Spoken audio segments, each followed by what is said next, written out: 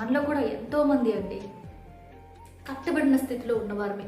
యేసుక్రీస్తుని ఎరుగక మునుపు ఎన్నో బంధకాలలో, ఎన్నో పాపపు కాడులలో, ఎన్నో కట్లతో మనము బంధింపబడి ఉన్నాం. అయితే యేసుక్రీస్తు ప్రభువారు కట్టబడి ఉన్న నీ యొక్క స్థితిని చూచి నిన్ను విప్పారు.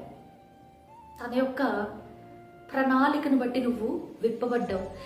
వేటితో అయితే నువ్వు కట్టబడ్డావు వాటన్నిటిని తెంచి నీకు స్వతంత్రతని ఇచ్చాడు యేసయ్య. అయితే స్వతంత్రత పొందుకున్న మనము ఎవరిని క్యారీ చేస్తున్నాం? దేవుని యొక్క ప్రజెన్స్ని నువ్వు క్యారీ చేస్తూ ఉన్నావా? లేదా భారవాహకము అని గాడిదకు మరొక పేరండి. బరువులు మోసేందుకే గాడిద. యేసయ్య చెప్తాడు,